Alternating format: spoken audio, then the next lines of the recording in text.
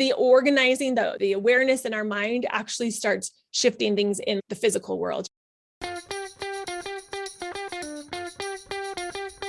Welcome to the Connect Method Parenting Podcast, where correction is out, connection is in, and your kids want to listen to you. I'm Andy Martineau, creator of Connect Method Parenting, here to help you stay calm, confident, and connected no matter what. Hey everybody, how are you? I'm so glad you're here. Thanks for being here. Thanks for being part of the Connect Method Parenting world. And I'm excited to share the episode I have with you today. It's a live training that I did inside of my group. I think it's been a year or so, or maybe even 2 years since I did this.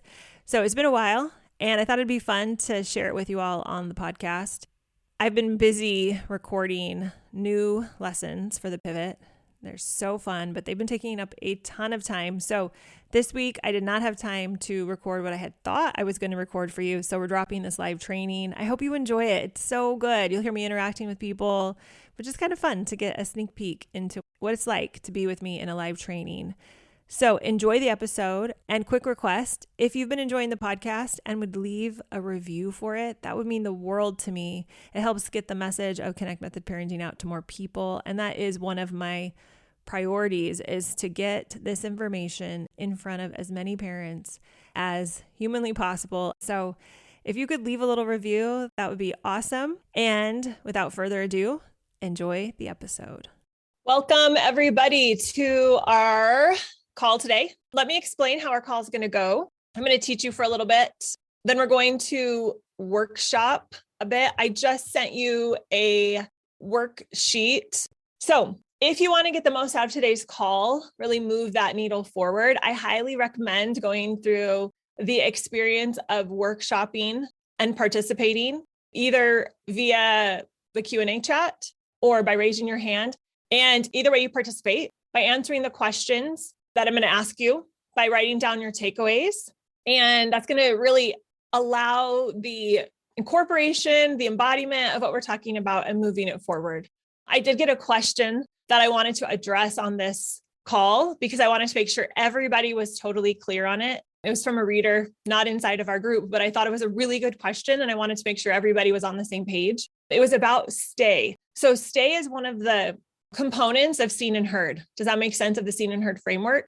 And her question, it's really simple, so I'm not going to take a lot of time to go into it, but she was just saying, when I'm staying with them, which typically we do a stay, let me just recap really quick. So seen and heard starts with seen, which is really just getting present with them, right? It's looking at their eyes, making sure you have a working relationship, making sure there's some type of reciprocal, connection, like they're aware of you, right? So I like to say, you collect their eyes by getting them to look at you. If they'll smile or react somehow, their face, that's great. With a nod is awesome too. So something to let you know that you're locked in, you have a working relationship. So that's C. You always have to start with that step. You'll know if you haven't because you'll go to give a direction and they'll ignore you, or it'll be a multiple ask direction. So always start with C. But after you see the components, the options rather, are stay, or actually, they're in no particular order, because sometimes you're coming and you're responding with seen and heard because there's already something going on. So these can happen in any particular order. It could happen because you're giving a limit, right? All of these things because you're giving a direction. But you always start with C. And then the other options are stay, direct, play, and set. So those are the 4 options inside of kind of I think about it, you start here, and then once you enter the doorway, you get to go into the room. And those are the 4 different components you get to play with. And then you end with bridge, right? So she was asking about staying, which typically you're staying because they're having a big emotional reaction, because either you set a limit, because they've got disappointed, because they're just, upset about something that's completely unrelated to anything you're aware of or that you are participating in. Maybe a friend said something. Anyway, so she was like, what if I can't stay with them physically because I have a toddler that needs my attention, right, in the other room? And I just want to reiterate that staying is not just physical, although that's great. Physically staying is really important, but even more important than physically staying, and this has to come along with the physical stay, if you're staying physically with them, is the emotional and mental supportive stay, the looking at the behavior from the perspective of neutrality and acceptance of nothing's gone wrong. How do I just understand this? Something is not working for my child. This is information telling me something, right? So you're having this really beautiful, compassionate, empathetic stay, right? And just sometimes we can't stay physically, right? Sometimes we have to go do something, or sometimes they don't want us to stay there physically. Like as the kids get older, or sometimes it's just, they don't want us to stay, or sometimes they're just like so out of control that just our presence there is so alarming for them that they need a break from us. So staying does not have to just be physical. It can be physical, but more importantly, I would say the foundational part of it is to stay with them emotionally and mentally. And if we do have to leave to go take care of the toddler or dinner or something else, letting them know that the reason we're leaving isn't because there's anything wrong with them or because we can't handle them, but just because we have to go do something else, and reiterate, like, I'm coming back, right? I'm here for you. I found this poem. I want to read about it because as I was contemplating stay a little bit more over the weekend, I was like, oh, I love this question. I love thinking about stay. I was just like thinking about it. I was outside. I found this poem by John Rodell, which you guys have heard me talk about his poems before. I absolutely love him. And the way he's able to, I don't know him personally. I wish I knew him personally, but I don't know him personally. I just found his poetry and it just really speaks to me. So this is a poem that he wrote, and he had posted it on social media. It doesn't officially have a title, but his little picture said string theory. And I thought, oh my gosh, it's so powerful to think about that. So think about that idea that we're all interconnected, right? That's what I understand string theory to be. And this idea of staying with somebody and what that means as I read the poem. Okay. He writes, love is a ball of endless yarn that each of us agree to tie an end of it gently around our fingers, so that when we get separated from one another by either miles, memory, or our mortality, we can tug our connection ever so softly to send each other messages back and forth through the slack between us, as if to say, my love, I'm still here. That's the essence of stay, right? My love, I'm still here, right? My love, we are endless. My love, I can't wait to see you again. I love those phrases. So good. And really encapsulate kind of the mindset we want to have when we're staying. So he says that, my love, I'm still here. My love, we are endless. My love, I can't wait to see you again. You see, the connections we make here on earth are the most consecrated of threads. They are the most unbreakable of blessings that transform the space that exists between the people we love into the field of divine strings pulling back and forth on each other. It's a stretchy symphony of synchronized tufts and affection. It's a spider silk of stretching heartfelt vows. It's a reaching quid pro quo of the most tender exchanges by string pulling to those loved ones I've been separated from. Often says, my love, nothing will ever come between us. Nothing. Let us be like two kites forever entangled in midair. I am not bound to the soil, but to your soul. We are tethered together like dancing angels above tree lines. Oh, hold my string and I'll hold yours. And there will nothing that can ever keep us apart. You see, love is a string tied between two people that holds them together forever. It is such a miracle. And I swear that I'll never let go of my end. And when the moon comes out tonight to paint her pale insomnia on my eyelids, I'll use that sleepless time to tug on our shared string we have wrapped around our fingers, as if to say to you, good night, my love. And then I'll hold my breath until I feel you pull your string back, as if saying back to me, good night, our love is eternal. So I loved that because I just feel like in his beautiful poetic words that I'm not able to say the words in the same kind of way that he just encapsulated it so powerfully. So keep that in mind as you're thinking about what it's like to have this staying power that we want to have with our children. Okay, so let's dig into this topic today, which is really about, in the worksheet, we're going to identify some really powerful emotions. I'm going to get us started by talking about organizing our thoughts, organizing our emotions, like getting them out so we can see them. Have you ever looked in your cupboard and you're like, I have no idea what's in here because there's so much stuff in there, right? And it's not organized and it's been a few months since you've looked at it all. So in order to evaluate, to see, to identify what's happening in our heads, and our bodies, which is really impacting and influencing what's happening as we move out, right? And we start interacting with other people. It starts with what I like to call some declutter, some organizing of our minds and our thoughts. And with so many thoughts per day, I've heard people say we have up to, 60,000 thoughts today. We have to get a closer look. We have to pull everything out of the closet so that we can actually take a look at it and get organized. And we do this with the download, with the thought download, or I want to introduce like an emotional download, right? Like our emotions, like getting those out too. It's like when we take everything out of the medicine cabinet to see what actual medicine we have, see what's expired, see what we want to throw out, see what still serves us, and see what we need to get.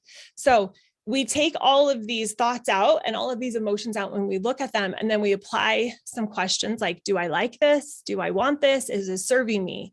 And I'm going to warn you that these questions don't actually get to relate to the things happening outside of us, the situations, right? Because we don't get to make that judgment call about other people's behaviors and get to like change them, right? We're looking at how we're interpreting the behaviors and the situations outside of us and evaluating that.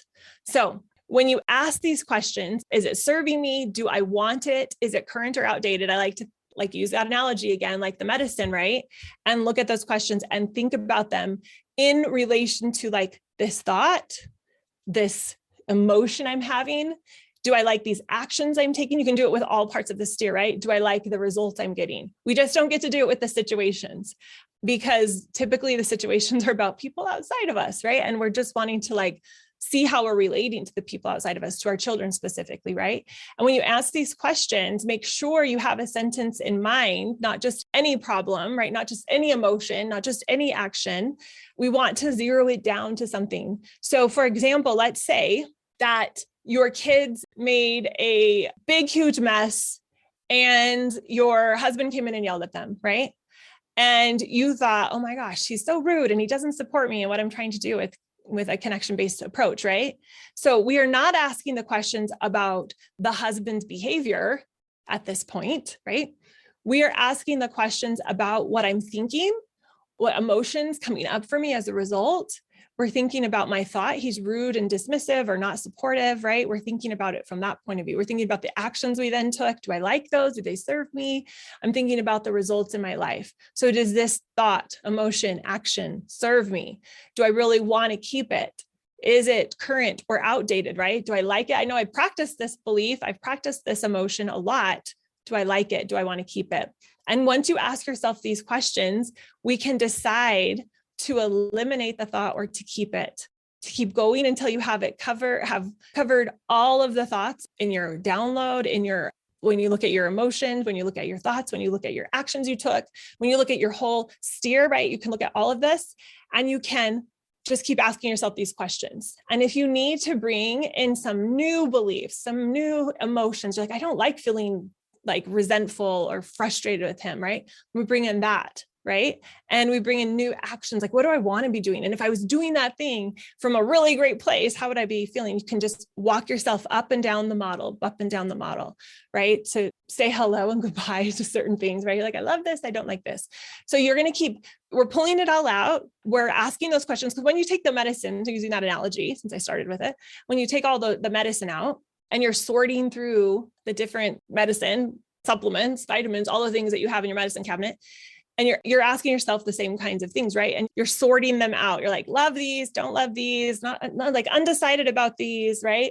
And you're saying like keeping, not keeping, like not sure yet. And we're organizing it. We're straightening up the thoughts, the emotions, the actions. And we're saying, I want these or I don't want these, right? And this is how we keep our brains and our ability to respond to the kids in a really clean space, really clean and organized space. So rooms get dusty, rooms get messed up, just like your brain gets really messy sometimes.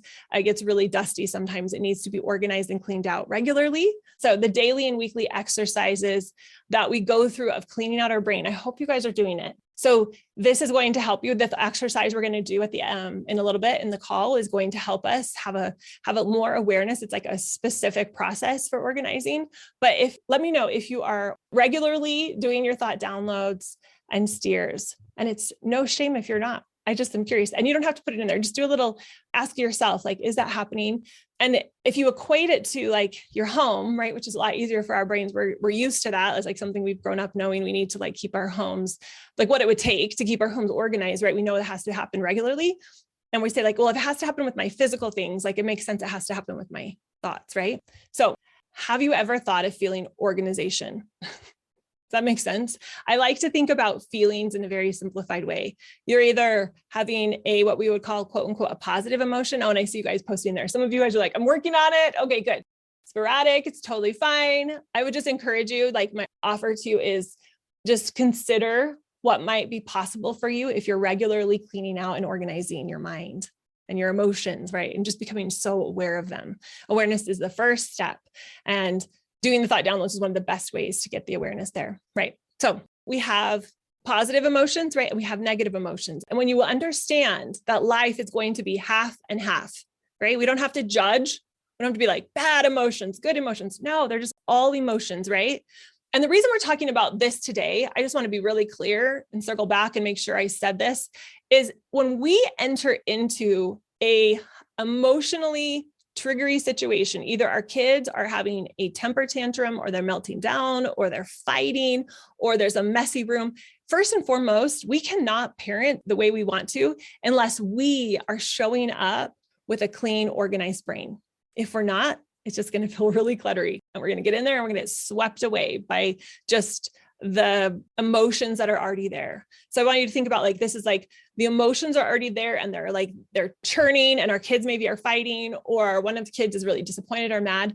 Doing this work that we're talking about today, identifying, cleaning out, organizing our brain is one of the, if not the most important practices we can do. It's like going to the gym every day for our brains and just our parenting ability to be able to show up when things are chaotic and to be able to stay calm in the storm, right? We've heard that a lot of times, being the calm for the chaos, right? Something like that. This is how you do that. A lot of people will say like, well, I just can't, right? Like I just get swept away. Like I just can't even, they'll say things like, I can't handle the emotions. Like it's too much for me when the kids are having a meltdown.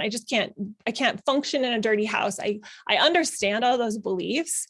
What I'm saying is you can navigate through those and those don't have to be your reality anymore when you sit in a place where you're staying calm and connected, but you can't do that without doing the prep. It's like deciding to hike the Grand Canyon without hiking any hikes before it. It's not going to go so well, right? Because you haven't done the prep work. You haven't built the muscles to be able to hike the Grand Canyon. It's just like this. If you go into the storm, the mess, the kids fighting, or if you have your partners coming in and he's, not totally understanding what you're trying to accomplish yet.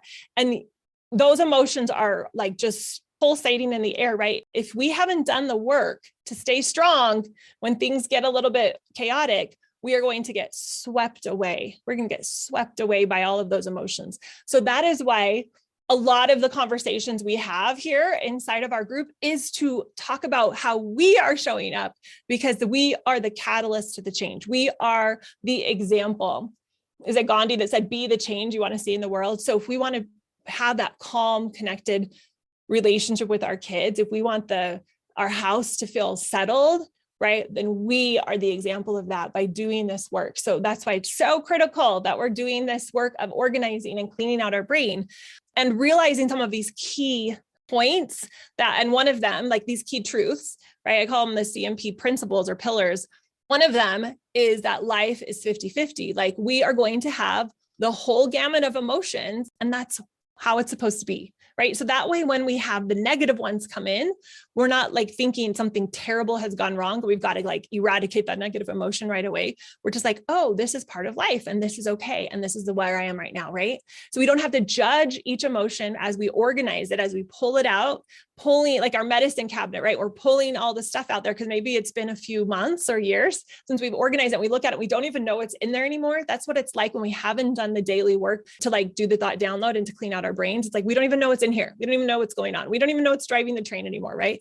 So this process of like pulling everything out, like we would in the medicine cabinet, where you got to pull everything out, look at the different things in there, see if they're expired, see if we like them, see if they've served us, see if we just, they're taking up space, but we've never used them. We got to sort it out. And that's the same thing we're doing here. And it's so critical because if we haven't sorted our own self out, there's no way we're going to help our kids sort their big emotions out, and they desperately need us. So understanding this truth that as we take out the thoughts and take out the emotions of our mental medicine cabinet, right? Our brain, when we take that out of our brain, like looking at the emotions, looking at the thoughts, looking at the actions, even looking at our results and realizing this is not bad or good. This is just is. And how do I just understand it, right? We just make a note. We just take it out. We don't judge each emotion. We don't fret or get freaked out or upset. We just look at them. And this will allow us to start to transition so we don't get freaked out or upset when the dishes are dirty, right? That's just part of the deal. Like we eat dinner, we use the dishes, they get dirty, and then that's the state of the dishes. Like they get dirty, right? It's just like that in life. It's just part of we get the clean, beautiful, happy thoughts. We get the ones that we might call like, oh, not so happy, right? Not so pleasant, but they're all supposed to be there. And eventually like the dishes get clean, they get dirty, they get clean, they get dirty, right? We have 50-50, just goes back and forth. We aren't exacerbated, did I say it right? By the dishes, unless we don't bother to clean them, right? Then those dishes fester and they start to get gross and they start to smell and then starts to become this huge problem that we, either ignore or avoid, right? That's what might happen. So half the time we have positive and the other half time we have what we call negative, right? I'm only using those labels because that's what our minds are used to calling them, is positive and negative. So I'm going to continue to use those, even though I think they're all part of the process. All emotions are welcome. So we're looking at the emotions. We're looking at it in a macro way, like big and micro. And we're doing this every day when we're cleaning out our brain by doing a thought download, and our steer, which is called like the daily 10, is this process of just is like an upkeep. It's like, we're just doing the dishes every day. We're just doing them every day. We don't want them to grow into a huge mound, right? We're just doing this every day. And then sometimes we're doing a deep dive, or it's more like the medicine cabinet analogy, right? Where we're taking everything out, we're reevaluating, putting them back in, right? We're going to be doing the micro and the macro way. So we're going to talk about that. You're going to become aware of how you are feeling. You're going to get really good at that. You're going to get better and better at that by paying close attention, and you can organize and clean up your messes much faster. When we've done the deep dive, the little ones are much easier, right? The little dives. So if you stay on top of organization, you're never going to feel overwhelmed. You're never going to feel buried. You're never going to feel like, oh my gosh, I have too many emotions and like that, right? You're just going to be able to evaluate them. Is this feeling or emotion positive? And what is it causing, right? Is this feeling positive or negative? And what is it causing? What's the thought it's causing? What is that? Or the actions it's causing? That's identified in the steer, right? So once you've identified it, we can follow up with the same process with other thoughts, with other emotions, and we can manage and organize the emotions deliberately. So, okay, this is where so many of us like kind of get a little bit lost. We fall into one big pile of busy. We're just feeling like, oh my gosh, right? I just have so much to do. I don't have time to do this. When your actions aren't organized, we get reactive. When our brain, our thoughts aren't organized, we get reactive to every single thing that's out there. So we're running around trying to do it all, right? We don't have a plan. We haven't been cleaning out our brain. We don't have any deliberate thoughts we've been practicing. And I want you to start thinking about this a little bit differently. I want you to think about actions in two ways: actions that are fueled by positive emotions and what those create for your life, and actions that are fueled by negative emotions. And so many of our reactions, and really our inactions, right? They're coming because we have these unconscious beliefs, I like go back here because I'm like, it's the back of the brain, but these unconscious beliefs that we're not even aware of that are creating emotions in our life that we aren't liking. And it like creates this cycle and it exhausts us. And we end up with less than we want in our life, right? We're not happy with the results. And I want you to think about this though for a minute, that half of the time we are going to feel negative emotions. However, the negative emotions don't have to be the thing that's fueling our actions. If we are paying attention, if we are organizing our emotions, if we are doing our daily thought downloads, if we're doing our steer models, we are able to notice the negative emotions. We're able to validate them. There's nothing wrong with them, but we don't allow them to become the fuel, right? We consciously decide by how we are able to just look at it and evaluate what's happening in our life, decide what we want to fuel our life, what will energize our body, what's going to be allowed to be thought over and over again in our mind. And this will allow us to get so much more done in such a shorter period of time. We're going to be so much happier with our results. So when we do this process, right, we're going to uncover the big actions we've taken in our life and the fuel that has fueled those actions. And we're going to be able to take actually a micro level at the tiny things that are happening in our life. And what are the actions that we're taking? And what are the attitudes or the thoughts, the beliefs, and the emotions that are fueling those actions? So we're doing this consistently, we're able to really make progress on big and small, because it's really a combination of the small things that create the big things, right? So we're going to be looking at the little, like every day, like, okay, there was that interaction where I kind of got grouchy with the kids. We're not going to judge it. We're like scientists. We're like, okay, that is like a super amazing little like result that happened today. Let me look at it. I want to see what caused that. I want to be like the scientist, like, oh, so fascinating. What's the belief behind it? And then we can start to heal, right? Heal it as we become more aware. We cannot become good at healing or changing if we aren't aware. It's like a scientist that like doesn't actually evaluate and look at the results they're creating. They're just like, well, it looks like everything's like going okay. Maybe they don't even go look at what's happening in the Petri dishes or in the, data, right? I have a brother-in-law who's a soil scientist. And so it's super fascinating when I hear him talk about, he goes to the lab, and during COVID, he had to like still go to the lab to like observe his results. And it was so fascinating just to be thinking like, if he hadn't, the results still would have been happening. He just would have been unaware of the results. He would not have been able to observe them. He would not have been able to make, any kind of hypothesis about what was happening, right? And that's what we want to do, is we want to have a hypothesis. I want you to think about this of like if it was a scientist, if it was like a third person that was observing your life and they were looking at the results in your Petri dish, right? Like, it's like, ooh, fascinating. That's not the result I was hoping to get. I don't love that result, but let me look at why it was created. And that will shift everything for us, right? There's going to be positive and there's going to be negative.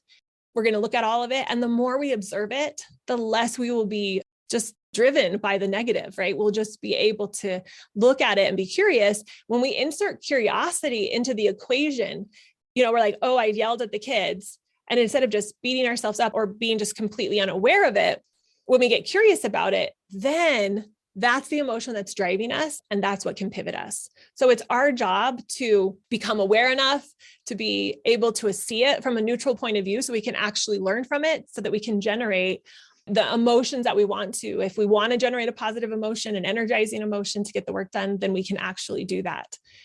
This is just a game changer. All too often, we don't organize our results in ways that serve us. We don't look at them. We process them. We don't observe them in a way that serves us. And we spend too much time thinking about and rehashing. This is me, right? I have to catch myself constantly. I'm like, oh my gosh, I'm doing it again. I'm rehashing the results, right?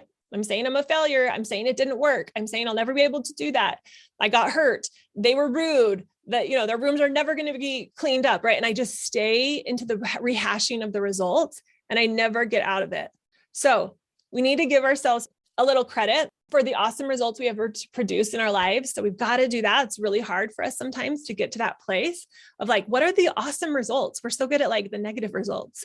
Just talking to my son, I think I mentioned him before. He's doing summer sales, which is super challenging, which means he's going door to door to sell pest control. He is like overwhelmingly focused on his failures, right? Instead of on the things that are working. And as I talk to him a couple times a week, really, I'm just like, it's so clear to me what's happening and how it's totally fine. But it's like his brain gets sucked back in, and he's learning to stay out of it, of the drama, out of like the, oh my gosh, I'm a failure and nothing's working. And this is not going to I'm not going to be able to be successful at this job, to like coming out and being like, oh, what can I learn from this? This is not a problem. This is just showing me what my thought is. Right. So it's that practice of like organizing, processing, thinking about our results, our thoughts, our beliefs, everything that's caused what's happening in our life. And when we take time to organize all of it, right, it becomes so much easier. We can organize the past too, right? With him, it's a lot about organizing the past thoughts, like looking at them like a scientist and assessing old, like 2 days ago, not like super old, although it could be longer, right? And looking at them through a lens that all of a sudden fuels him to go do better instead of keeps him stuck in his present state, right? So just as much as we like to organize our house, and how it feels so much better when we organize our house, or we clean our car, or we, whatever it is, right? Clean the bathroom. That's the high that we want to get, that like rush of like, so like accomplishment that we get when we look at maybe our dirty thought, not dirty, like bad thoughts, but like, just like the dusty thoughts in our brains, right? It's like, oh, they're like dusty and they're a little bit outdated and I haven't really inspected them. I've been like ignoring them for a while.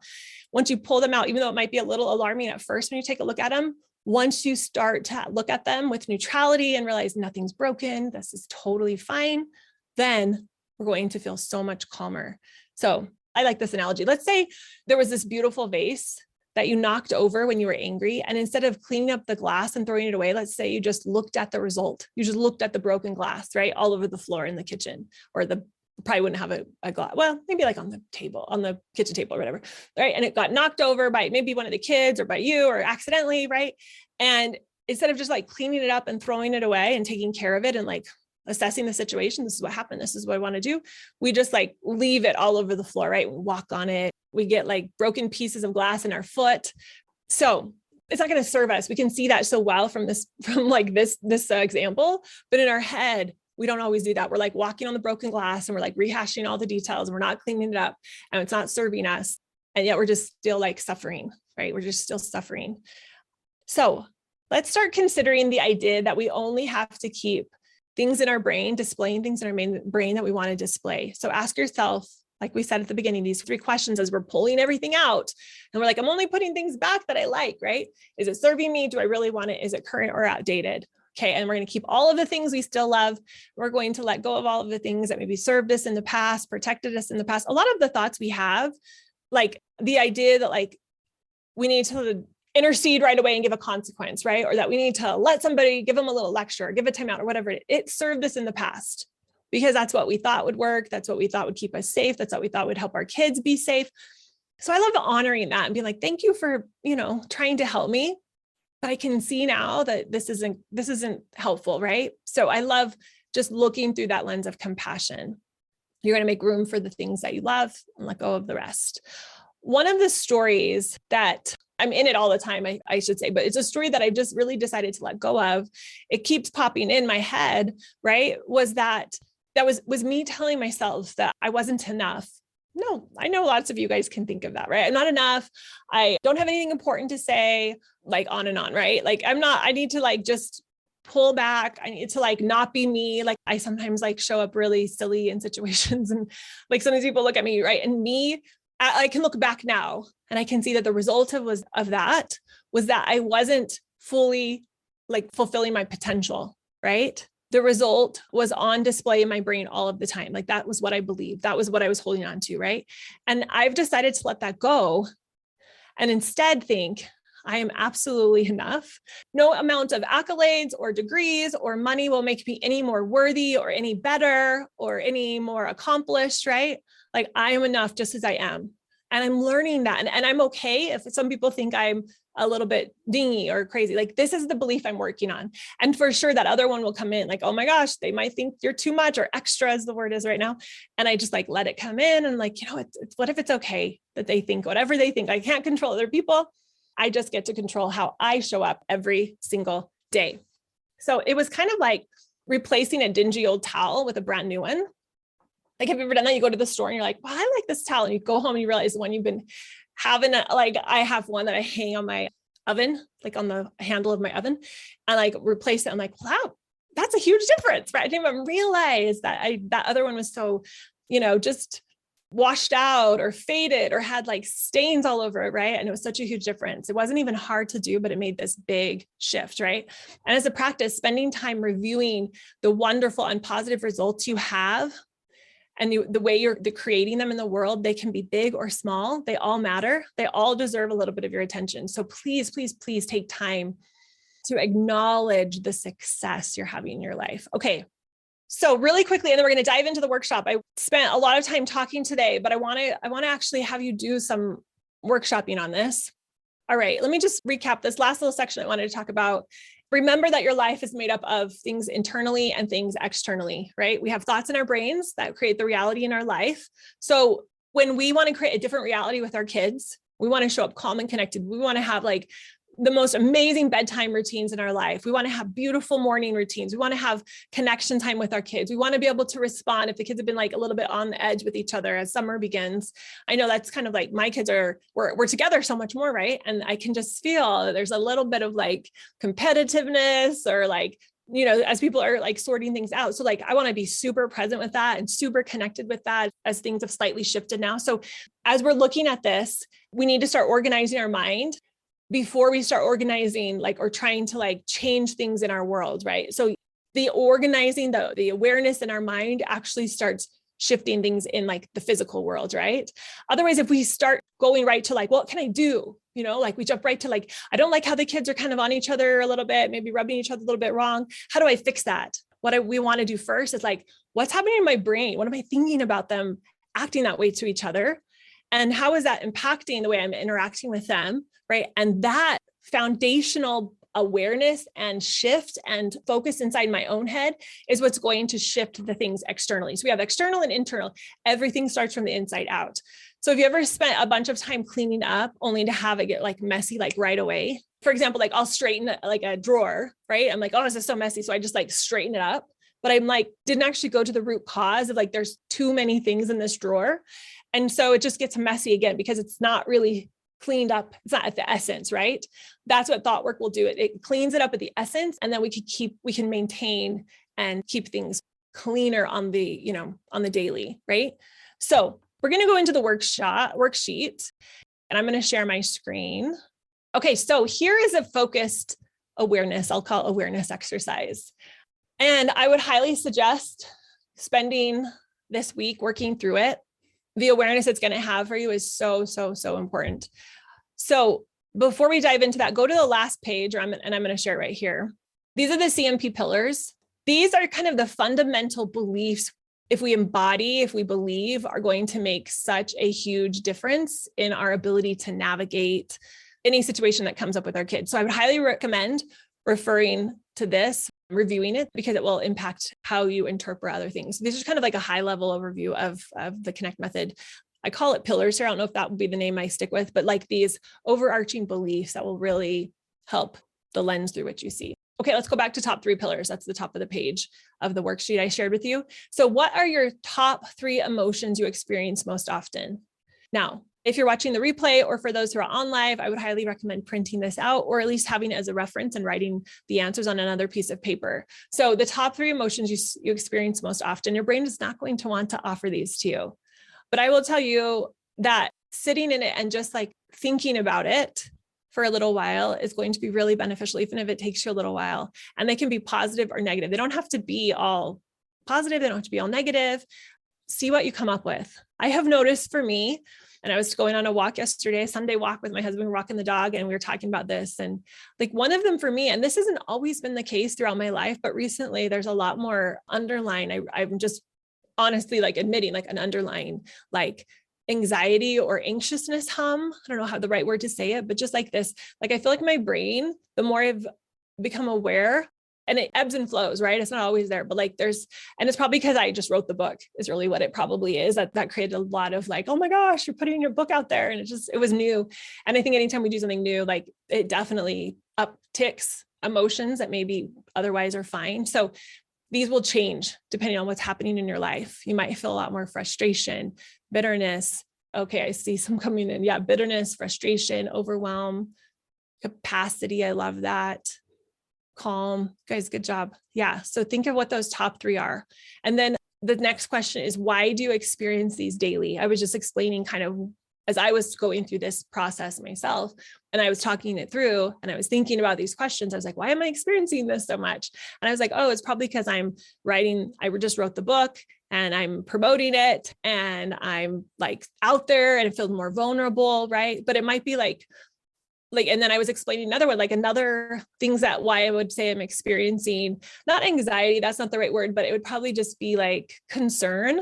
That's my default emotion that I'm feeling over the last like week as my kids have been home now a little bit, right? And they're kind of like pressing each other a little bit, right? And so I'm like, oh, concerned. Why am I experiencing that? And then the reason's pretty obvious. It's because my kids are home, and because there's more, like they're together more, and we're balancing, or we're trying to figure out a new routine, right? So it's like, oh, this will hopefully allow your brain to just be able to have the awareness, but also have the validation, like, and that's like, it makes sense, right? Like, this is why it is.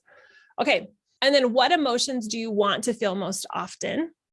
So this is like so good to just brainstorm. Like, I want to feel peace and connectedness and calm and confidence and feeling capable, all of those things, right?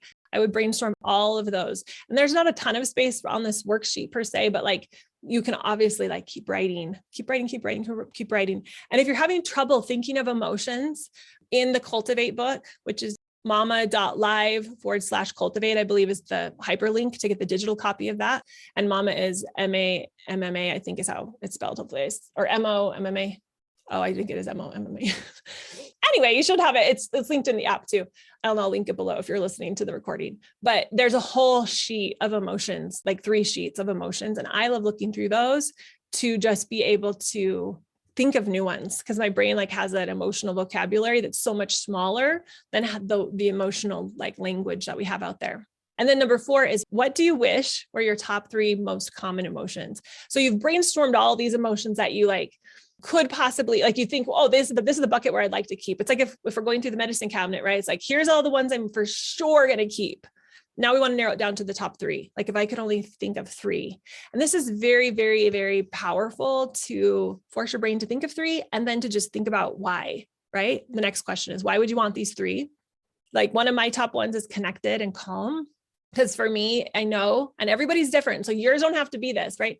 But if you're connected and calm, for me, if I'm connected and calm, I am, and confident, that's another huge one. Those would probably be my connected, calm, and confident. Those are like all C words. That's funny. But like, then I know I'm confident to be able to figure things out, even if I don't know the answers. I'm able to do it in a calm way, not like in an emotionally like triggered, hyper way. And then I connected just allows me to have the perspective. That's what it feels like to me. Right. Okay. And so 6, how would these emotions change your actions and your results? Once again, not a ton of space here, so feel free to write as much as you want. But I want you to really think about like, if those were the top 3 emotions, and it's not like we are going to eradicate the negative part, right? The 50-50 is going to always be there. But if these were the ones that I was intentionally deciding to be like, I was dusting them and looking at them and keeping them clean and organized, and I was keeping them top of mind, and I was practicing them intentionally, what would the results of my life be? Totally be able to navigate anything. I would be able to see through the lens of connection when the behavior was going off, right? Or if I wasn't there immediately, I'd be able to like get back to that place. So it would change the relationships I would have with my children. It would change the quality of time I would spend with them. It would change my overall sense of like worry or fear that things were going wrong. So many things, how this would change the results rather in my life, and the actions, like and you could write down like, what would be the actions, right? Like I would take a break if I knew I was not able to handle a situation. I would have a game plan, right? I'd make a game plan for different scenarios that I knew were super triggering for me. I would for sure never miss a day of doing my thought downloads and steers, right? So right, what would the actions be? And then 7 is, what thoughts would make you feel these emotions daily? So this is so good, right? So I've given you some of mine. I'm seeing you guys pop in some of yours into the chat, which is so good. But really linking, like if I'm feeling confident, my thought for me is, and this is specifically with my kids, right? If I'm feeling confident with what's happening with my kids, is like, there's a number of them, but like one of them is like, nothing's gone wrong. That helps me feel that could be calm too, but that also helps me feel so confident that like, I don't need to rush, that everything's okay, that it makes sense, that this is what's happening in their brain. Calm is, just that, like, I'm doing my best, they're doing their best, like this is what they're doing, and that's okay. That helps me feel so calm. So that's a thought that I would link to that emotion to help me really be able to create exactly what I want inside my brain, right? Now, we're not going to have time to go through the others, but I'm going to share that. I'm going to go through them really quickly. And like I said, these are all going to be components of these particular worksheets I'm going over today are in Cultivate, but maybe you haven't looked at them for a while and they've been a little bit revised for the new CMP Masters course. So giving you kind of a sneak peek, but this is also just so powerful for you to do this work on this week. So the worst that can happen, your brain loves going to worst case scenario. So this is a worksheet that I would encourage you to think about going through this week to really identify maybe the biggest concerns or worries or fears you have about what might happen or what just did happen, right? And then what's going to happen because of that, right? So what's the worst feeling you can ever imagine having to face? I don't want you to overthink this, just write whatever comes to you. So it might be fear or worry or embarrassment was like one of my worst ones. Like if somebody judged me, feeling judged that I wasn't doing a good job or my kids were acting out, right? This was terrible. I was like, oh my gosh, please, never, never, never. And then what would that feel like in your body? Now, remember, there's the emotional component that's like the chemical reaction that's happening in our brain. And then there's the conscious part of feeling it in our body. So I was so worried about feeling embarrassed, for example. This was like, I can root this back or link this back rather to not winning in 5th grade vice president. Like, it's so funny. It's so interesting when our brains are like danger, right? But I didn't win. I ran for vice president as a 5th grader. I didn't win. And like, ever since then, throughout high school, like ever since that point, I could see that was like a shift. And all of a sudden, like, embarrassment was just like the most scary thing that could have happened to me. And so the issue is, though, that I had the emotion of embarrassment, but I didn't really feel like fully consciously feel it. I was just so afraid of it that I wouldn't even go there. And so what I want you to do in this question, number 2, is to really go into what that would feel in your body. Like, when have you felt embarrassment? And then allowing it to really sit there. Like, where is it? Where are you feeling it in your body? Like, what sensation? Is it hot? Is it cold? Is it heavy? Is it light? Is it tingling? Is it pokey? Like, really see if you can drop into your body and make sure your body and your mind are connected, and that your sensations that you're feeling, right, in your body, that you're aware of them. It's going to be a game changer if you spend some time, because my point of my story was I was embarrassed, right? But I wasn't ever really processing that embarrassment because I wasn't ever really allowing myself to go into the experience for very long. It was like, I would jump right back out. I'd be like, no, I don't want to feel that. No, I don't want to feel that. Right. And so this is my invitation to you to like jump into it and like sit in it. This will help the emotion move. So 3, why have you gone to great lengths to avoid feeling this emotion? Now, a lot of times we have never consciously taken the time to realize why this emotion of embarrassment, which is really just a vibration in my body, which is totally harmless, right? Like, why am I so afraid of it? What do I think is going to happen? Why do I think it's so harmful? So taking some time to really spend like conscious awareness time of like, oh, it'll help unravel it. For me, it was just so empowering to see like, I don't actually know, like, this is so interesting. I can't figure it out, but I feel like my default knee-jerk reaction is to like run away from it as fast as possible because it might kill me. But the reality is, when I took time to think about it, I'm like, it's not going to kill me. It's like literally just a vibration in my body. So spend some time thinking about that. And then number 4, if you were willing to feel this emotion without fear, how might you act differently in your life? So in my example of embarrassment, as I worked through this, what I realized was, well, if I can feel the emotion in my body, and I can understand why it's not going to I can really believe it's not going to kill me, right? I'm willing to do a whole bunch of other things, like write my book, like start this program, right? Because like somebody for sure is going to have a negative thought about it. And they're not going to think it's like, they're going to look at the book and be like, this is terrible. Why do you think that you should get rid of consequences, right? Or whatever, right? And I had to get to the place where I was like, and they can totally believe that, and it's not going to kill me. And I might feel like a twinge of embarrassment or a twinge of fear, right? And it's totally fine. So think of all the things that you might be able to do differently and why, if you were able to feel that emotion. Quickly, we're not going to do a lot, but this is the be the watcher. I would use this week when you have a situation with your kids, and whether you reacted to the emotion or not, you just had like discomfort and you were frustrated, and maybe you said something you didn't want to, or maybe you didn't, but like you want to dive into it deeper. So you're going to go through this worksheet that has 8 steps, right? Of like how you were in that moment.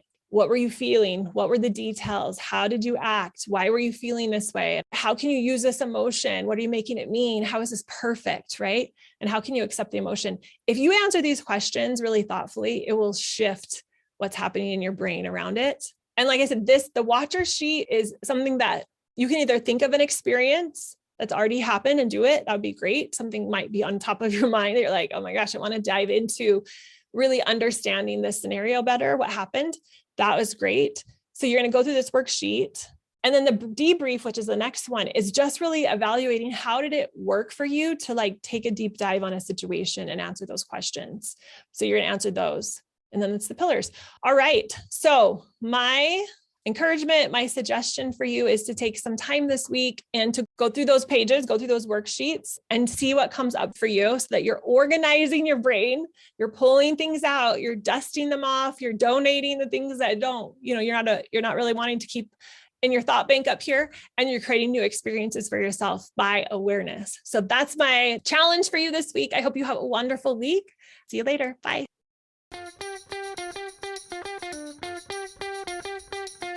If you enjoyed listening to this podcast, come check out League. my Connect Method Parenting Coaching Program, where we take this material and we apply it using my proven formula. Head over to cmp.works/join.